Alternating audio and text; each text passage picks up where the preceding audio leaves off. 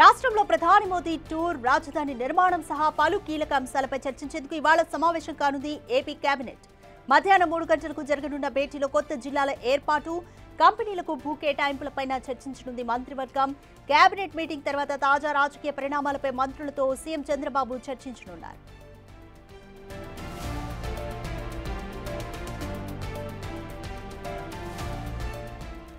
More details మా ప్రతినిధి శివ అందిస్తారు. శివ, ఏపీ కేబినెట్ ఈరోజు సమావేశం కాబోతుంది. ముఖ్యంగా ప్రధాని మోదీ పర్యటనకు సంబంధించి చర్చించబోతున్నారు. సో ఇంకా ఎటువంటి విషయాలు చర్చించే ఛాన్స్ ఉంది? అదిగా మొత్తం మేము చూసుకుంటే ఈ రోజు మధ్యాహ్నం 3 గంటలకు ఏపీ కేబినెట్ సీఎం చంద్రబాబు అధ్యక్షతన జరగబోతోంది. ఏపీ కేబినెట్ భేటీకి సంబంధించి కూడా ప్రధానంగా చూసుకుంటే కనుక సోషల్ మీడియాలో పోస్ట్ పెడుతున్న అసభ్యమైన పోస్టులు తదితర అంశాలకు సంబంధించి ప్రత్యేకమైన చట్టంతో పాటుగా రాజధానిలో పలు సంస్థలకి భూ కేటాయింపులు, రాజధాని పనుల్లో జరుగుతున్న నిర్మాణాలకు సంబంధించిన స్థితిగతులు, అలాగే రాజధాని గతంలో జరిగిన పనులు 80% పైగా పూర్తయిన పనులన్నింటినీ కూడా ప్రభుత్వం పూర్తి చేసింది. వాటన్నిటిని కూడా దసరా నుంచి ప్రారంభిస్తామని చెప్పి గతంలో ప్రభుత్వం చెప్పింది.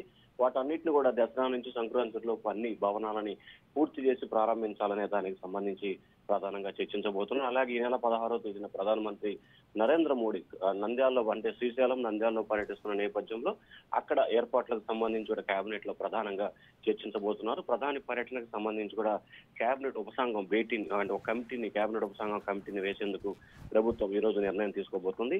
దాంతో పాటుగా జీఎస్టీకి సంబంధించి రాష్ట్ర వ్యాప్తంగా సభలు సమావేశాలను నిర్వహించేదానికి సంబంధించి కార్యాచరణ నిర్వహించేందుకు ప్రధానంగా చర్చించబోతున్నట్టు తెలుస్తాం. దాంతో పాటుగా తాజా రాజకీయ పరిణామాలు, మొన్నటి అసెంబ్లీ సమావేశంలో కొంతమంది ఎమ్మెల్యేలు వ్యవహరించిన తీరు, వారిని కట్టడి చేయడంలో జిల్లా ఇన్ఛార్జ్ మంత్రులు విఫలమయ్యారని చెప్పి సీఎం చంద్రబాబు అసంతృప్తి వ్యక్తం చేస్తున్నారు. దీనికి సంబంధించి కూడా ఆ జిల్లాలకు సంబంధించిన మంత్రులతో కూడా సీఎం స్పష్టంగా హెచ్చరికలు జారీ చేసే అవకాశం కనిపిస్తా ఉంది. కూటమి ప్రభుత్వం కలిసి మరొక 20 సంవత్సరాల పైగా రాష్ట్రంలో పరిపాలన చేయాలి.